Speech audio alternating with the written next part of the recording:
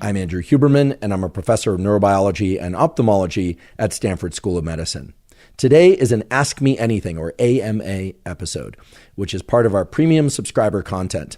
Our premium channel was launched in order to raise support for the standard Huberman Lab podcast channel, which still comes out once a week, every Monday, and of course is zero cost to consumer. The premium channel is also designed to support exciting research being done at major universities like Stanford and elsewhere, research that's done on humans that should lead to protocols for mental health, physical health, and performance in the near future.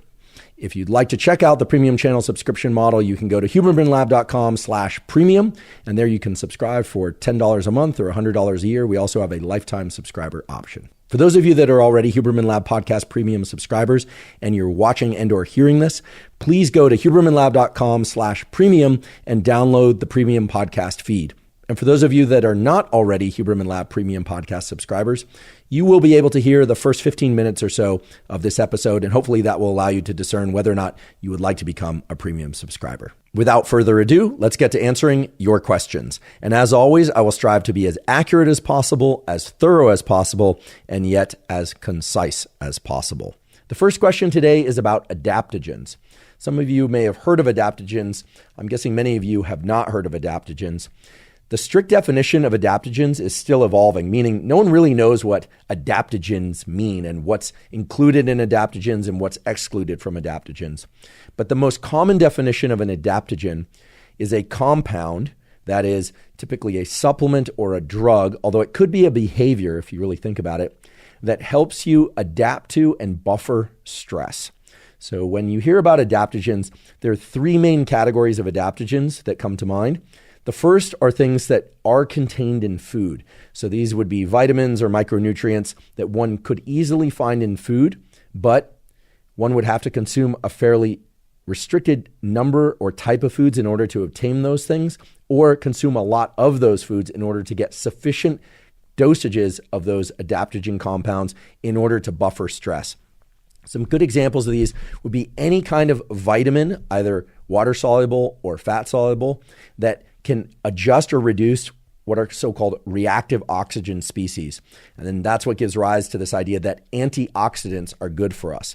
Now, over the last 10 years or so, there's been a shift. What shift has occurred? Well, about 10 years ago, you often heard about antioxidants and vitamins, antioxidants in this food, this superfood, etc.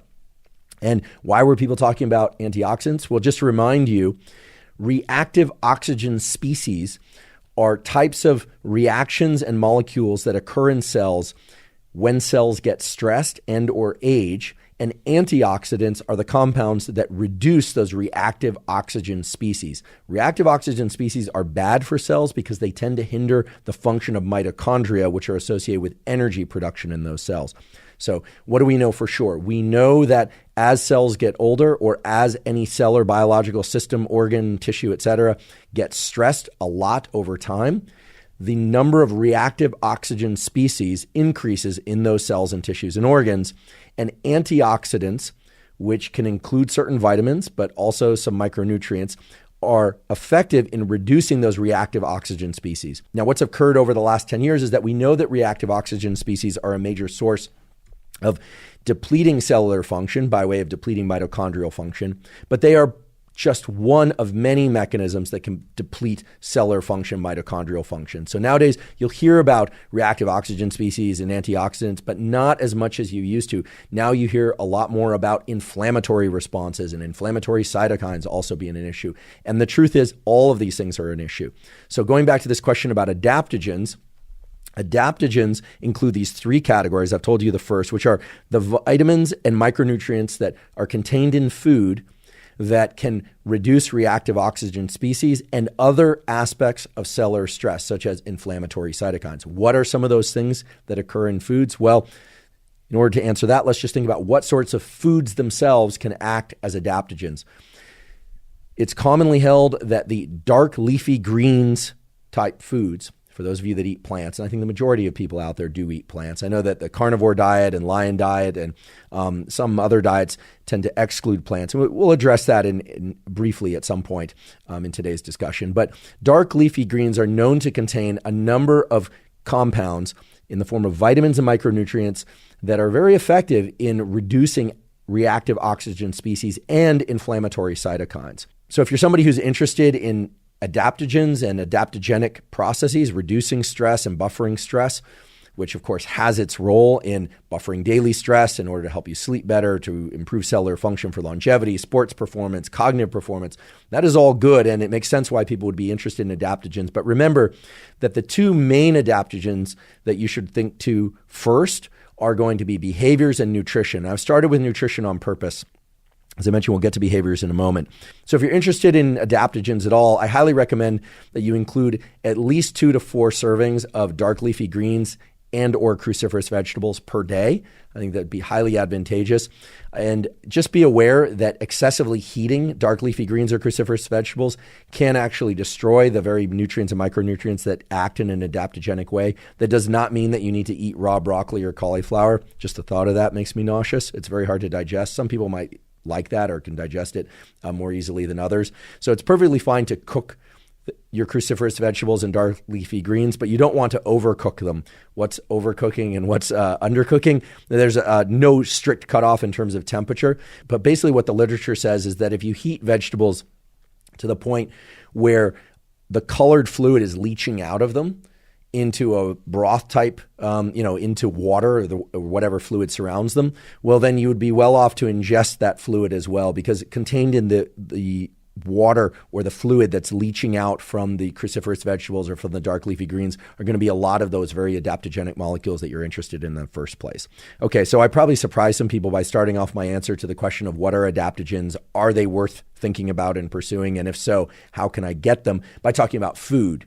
But I think it is important to understand that you can get a lot of adaptogens from food. And indeed, some of the best adaptogens do come from dark leafy greens and cruciferous vegetables. So I'd be remiss if I didn't mention that. The other two categories of adaptogens are going to be supplement-based adaptogens and then behavioral adaptogens. Again, here, adaptogen defined as anything that can buffer stress in a substantial or meaningful way in order to support cellular health, organ health, and overall daily living and functioning, including sleep and performance and mental health. So the second category of adaptogen are going to be supplements. And here again, I just want to take a step back and make sure that we are clear about our operational definition about what a supplement is. We had an episode all about how to design a rational guide to supplementation, which included, for example, the idea that for some people, the optimal dosage of many supplements is going to be 0, and for other people, the dosage will be something else. But to really pinpoint the key message from that episode that I'd like to reiterate now, a key message from that episode that I'd like to reiterate now is that many people think of supplements as just vitamin supplements.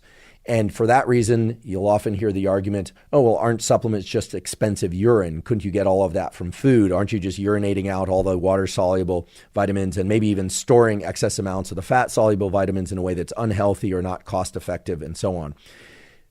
When we talk about supplements, yes, it can include vitamin supplements. However, there are many compounds that we would describe as supplements that are not vitamin supplements and that you could not obtain from food, or that you could never obtain from food in sufficient enough quantities to have a robust positive biological effect without consuming an enormous number of calories or overriding your gut mechanically. For instance, if there were, say, a herb, and we'll talk about such herbs in a moment, that contained an effective adaptogen, but you would never want to eat the plant itself or include that herb in any kind of recipe, well, then chances are this herb, which we'll define in a moment, is not a vitamin supplement. It is probably not even best thought of as a supplement. It's best thought of as a compound that's sold over the counter, much like a prescription drug, although it's not prescription. It doesn't require a prescription to get it. So there are a lot of things like that we include under the umbrella of this word supplements.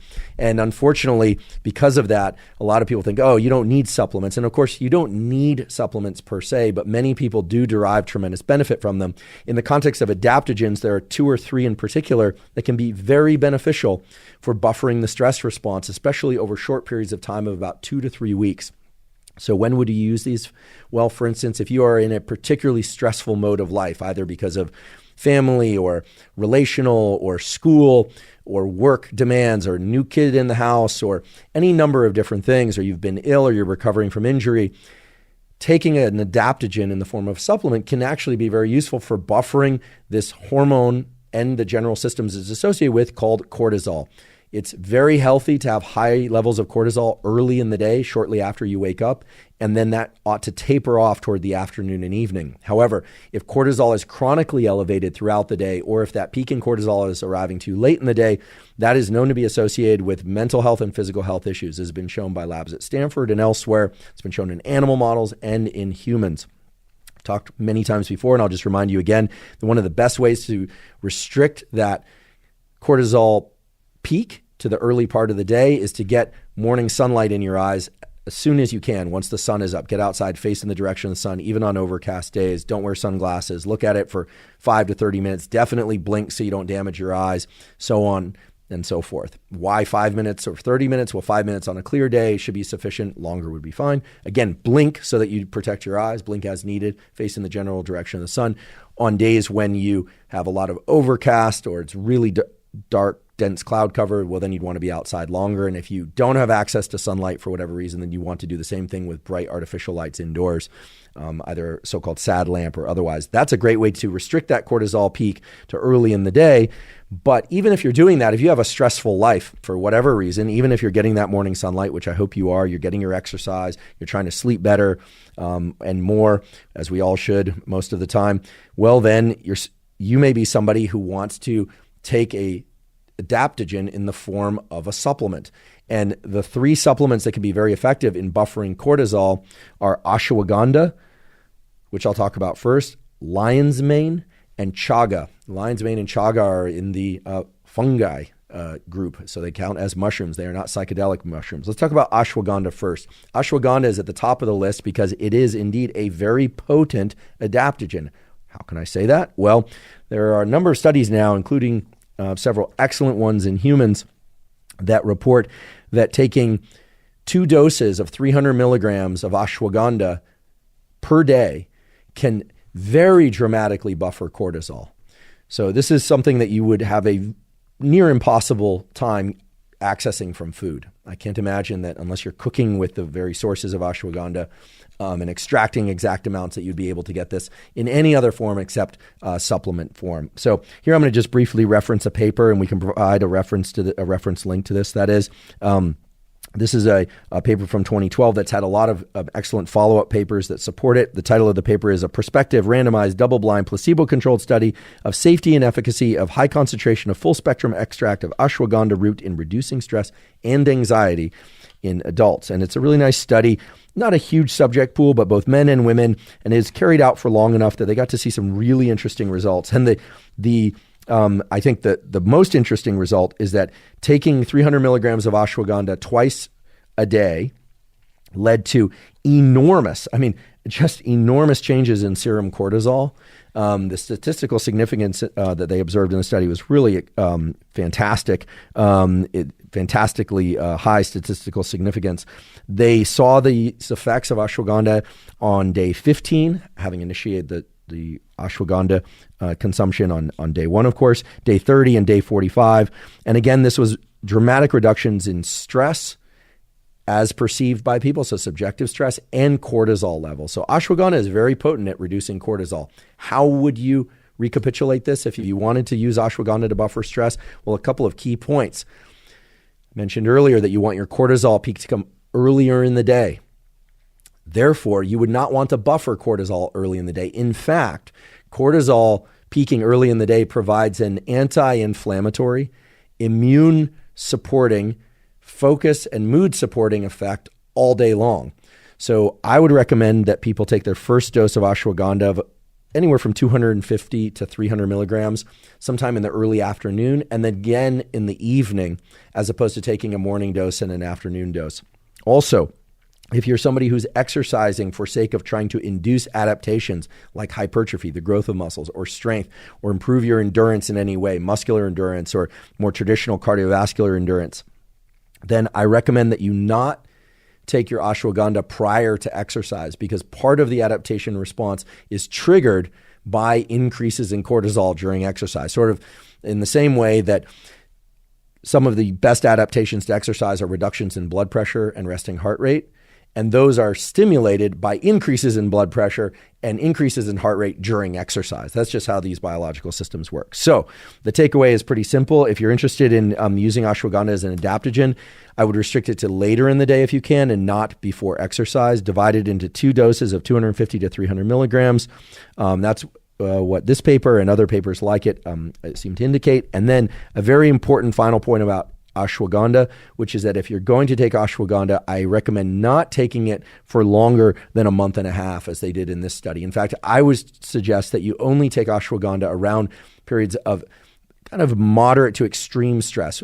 What's moderate, what's extreme is going to depend on what you're going through. Only you know how much stress and life events you can tolerate. So if you've had trouble sleeping, and that's unusual for you, or you're dealing with a very difficult life circumstances, or your excessive work demand, or a new kid, as I mentioned before, well then buffering stress with ashwagandha, buffering cortisol in the afternoon and evening can be very beneficial for you. But then I would say after about 30 days maximum, I would take at least 2 to 4 weeks off. 2 weeks is probably enough, but 4 weeks off, because you don't want to chronically buffer cortisol. It's just not a good idea. But that said, I think ashwagandha is a very powerful adaptogen. I would place it at the top of the list of supplement-based adaptogens. But keep in mind that even if you're taking a supplement-based adaptogen, that's no reason to abandon the nutrition and behavioral type adaptogenic effects that you can create through eating dark leafy greens, cruciferous vegetables. Then we'll talk about the behaviors in a moment. The other 2 supplement-based adaptogens, as I mentioned, are lion's mane mushroom and chaga. And I get asked a lot about lion's mane and chaga for sake of their purported roles in acting as nootropics, as quote unquote smart drugs. There are fewer data on the beneficial roles of lion's mane and chaga for sake of nootropic effects. We'll do an entire episode on nootropics at some point, but there have been a few studies showing that lion's mane supplementation and chaga supplementation can improve memory and maybe even divergent thinking associated with creativity and things of that sort. Again, these are not psychedelic mushrooms. That said, there are good data showing that 1,000 milligrams, that is 1 gram of lion's mane per day, these, we'll talk about the and or portion in a moment, and or chaga mushroom at 500 to 1,500 milligrams per day can act as adaptogens in, again, reducing cortisol, but also and mainly reducing some of the anti-inflammatory cytokines that are known to circulate in high abundance when you're under a lot of psychological and or physical stress, things like interleukin-6 and some related molecules. So here's what I would recommend. If you are interested in exploring adaptogens, I'm a big fan, as some of you probably know if you heard that episode on Rational Guide to Supplementation, I'm a big fan of mainly focusing on taking supplements in single ingredient formulations so that you can figure out what dosages are best for you and so that you can toggle in and out those adaptogens as needed. So I, of course, am a fan of taking certain blends and mixes. The one that we talk about a lot on this podcast, and we have been a sponsor from the beginning, I've taken for a decade now, long before I ever had a podcast, is Athletic Greens, which some of you might note does contain some ashwagandha, although the levels of ashwagandha that are contained in Athletic Greens are low enough that I don't see any issue with taking the Athletic Greens consistently, day to day, every day, because you're not getting anywhere near that 600 milligram dosage. But the idea is that if you are going to take any adaptogen for sake of buffering stress over the short term, say for a week or 2 weeks or a month, and then taking that recommended time off, I would start with ashwagandha. And then if you feel you need something else to buffer stress, keeping in mind, of course, that you're doing the behavioral and the nutritional things to buffer stress as well. You can never abandon those, right? Well, then I would suggest adding 1,000 milligrams or 1,000 milligrams of chaga per day and seeing how that further benefits your system in terms of buffering stress. How would you measure if your stress is being reduced? Well, you're going to be sleeping better at night. You're going to feel subjectively better, lower levels of anxiety, all the things that are measured in the types of studies I described before.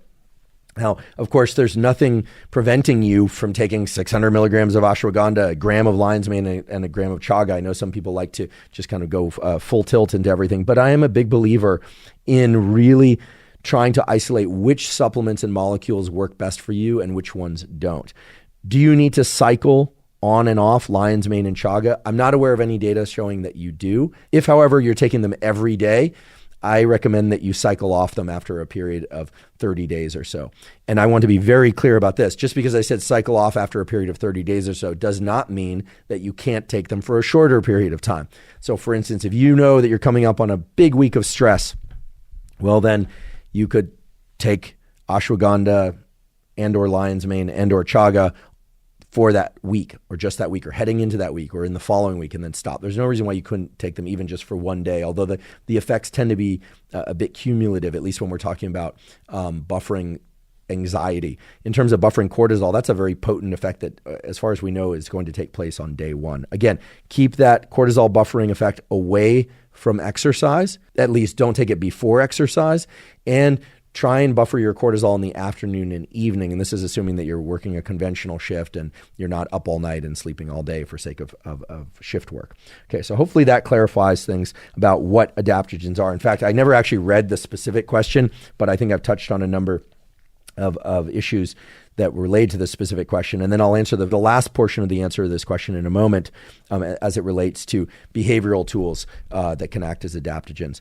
The question itself was, there's a lot of mixed information out there about adaptogens like ashwagandha. And I think that relates to what I said earlier, which is that the definition of an adaptogen has not really been cemented in various communities. It's different in different communities, and it's generally used as a matter of convenience rather than really strictly defining what it is. And hopefully we've defined it accurately and broadly enough today as something that buffers stress. The second part of the question was, what does the scientific evidence say about adaptogens and their ability to mediate body stress response? They say quite a lot, and they say that the stress response can be buffered substantially by certain adaptogens, mainly dark leafy greens, cruciferous vegetables, ashwagandha, lion's mane, and chaga, and of course, all the behavioral things that are critical that we'll list off in a moment.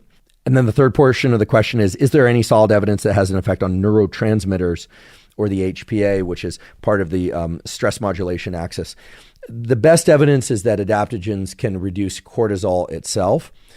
There is very little evidence that adaptogens can directly modulate neurotransmitters or neuromodulators like dopamine, serotonin, etc. But by adjusting the timing and levels of cortisol, especially in the afternoon and evening, that is going to have indirect effects on levels of dopamine, norepinephrine, etc., and serotonin, but not direct effects. So the general contour that makes for an ideal diurnal schedule, you heard of nocturnal, well, the opposite is diurnal, being awake during the daytime and asleep at night. The ideal kind of landscape of neurotransmitters is higher levels of dopamine, norepinephrine, and epinephrine in the early part of the day, and cortisol, so-called catecholamines, dopamine, norepinephrine, and epinephrine, and high levels of cortisol early in the day as directed by sunlight, exercise, caffeine, hydration, movement, all that stuff, being awake and busy and outside or indoors with bright lights and moving about in the early part of the day and into the early afternoon. That's the best possible way that we are aware of to try and get those catecholamines released at the highest levels in the early part of the day.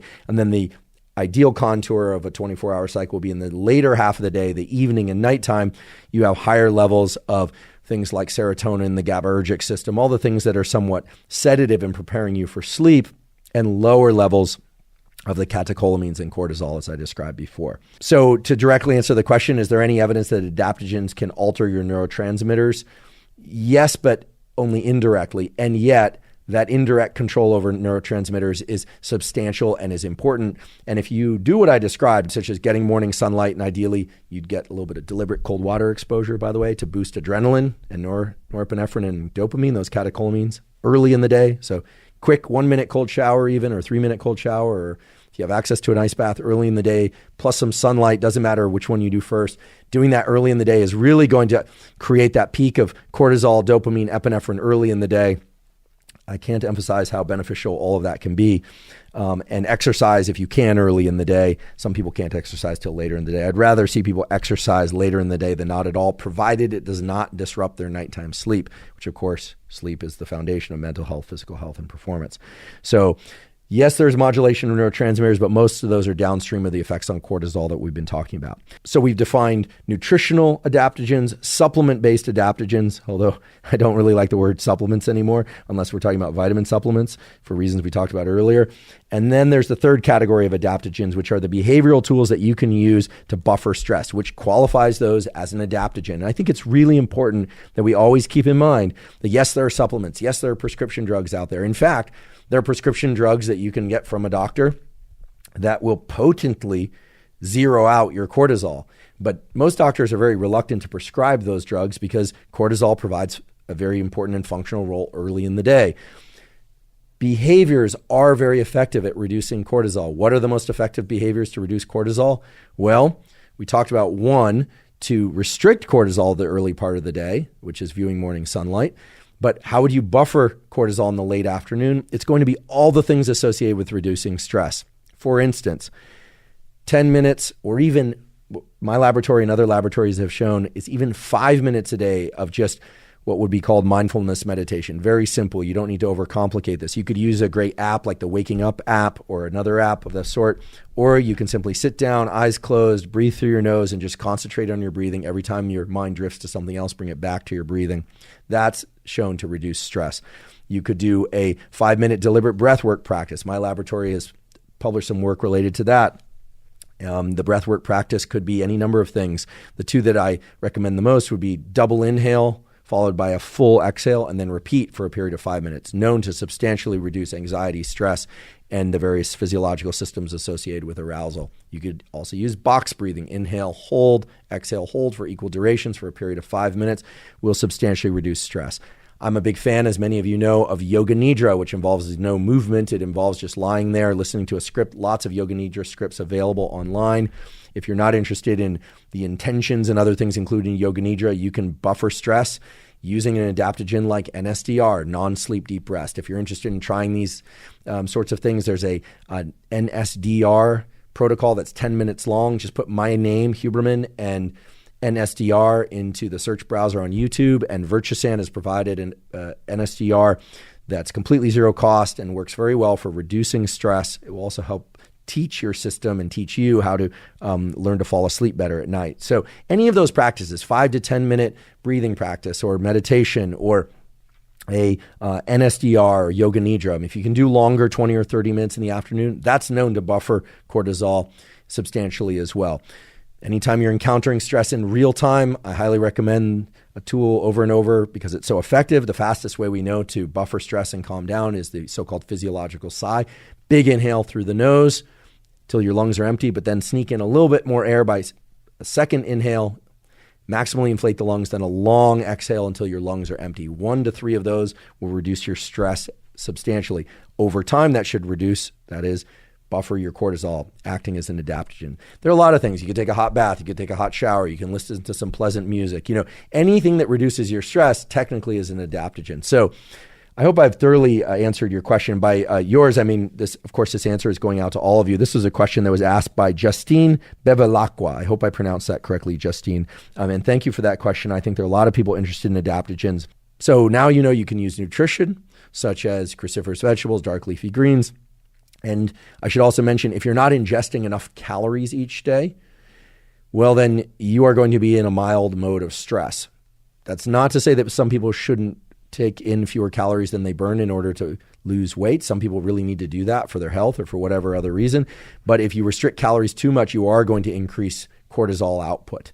So keep that in mind. So ingest sufficient calories for you and for your goals. Aim to get dark leafy greens and cruciferous vegetables. Don't overcook them. If you want to explore supplements, the best supplements to act as adaptogens are going to be ashwagandha, lion's mane, and chaga. 1 or 2 or 3 of those, although if you're going to pick one, I'd recommend ashwagandha, 600 milligrams per day, taken in the later half of the day. And then there are the behavioral tools that we just talked about now, which are anything that reduces stress can reduce cortisol, and in doing so are technically adaptogens. If you want to know more behavioral tools and other tools for adjusting stress and learn more about adaptogens, we did a whole episode called Mastering Stress. So you can look to that. That episode also pretty clearly defines, I like to think, what short-term, medium-term, and long-term stress really are. Keep in mind, stress is part of life. Learning how to work with it, how to dance with it, how to buffer it is terrific, but zeroing out cortisol is not the goal. The goal is to learn to modulate and control your cortisol, and that's really what adaptogens are all about. Thank you for joining for the beginning of this Ask Me Anything episode.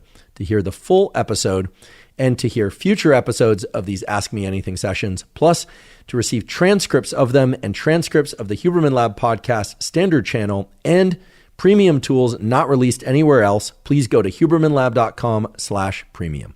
Just to remind you why we launched the Huberman Lab podcast premium channel, it's really twofold. First of all, it's to raise support for the standard Huberman Lab podcast channel, which of course will still be continued to be released every Monday in full length. We are not going to change the format or anything about the standard Huberman Lab podcast. And to fund research, in particular research done on human beings, so not animal models, but on human beings, which I think we all agree is the species that we are most interested in. And we are going to specifically fund research that is aimed toward developing further protocols for mental health, physical health, and performance. And those protocols will be distributed through all channels, not just the premium channel, but through all channels, Huberman Lab podcast and other media channels. So the idea here is to give you information to your burning questions in depth and allow you the opportunity to support the kind of research that provides those kinds of answers in the first place. Now, an especially exciting feature of the premium channel is that the Tiny Foundation has generously offered to do a dollar-for-dollar match on all funds raised for research through the premium channel. So this is a terrific way that they're going to amplify whatever funds come in through the premium channel to further support research for science and science-related tools for mental health, physical health, and performance. If you'd like to sign up for the Huberman Lab Premium channel, again, there's a cost of $10 per month, or you can pay $100 up front for the entire year. That will give you access to all the AMAs. You can ask questions and get answers to your questions, and you'll, of course, get answers to all the questions that other people ask as well. There will also be some premium content, such as transcripts of the AMAs and various transcripts and protocols of Huberman Lab podcast episodes not found elsewhere. And again, you'll be supporting research for mental health, physical health, and performance. You can sign up for the premium channel by going to hubermanlab.com/premium. Again, that's hubermanlab.com/premium. And as always, thank you for your interest in science.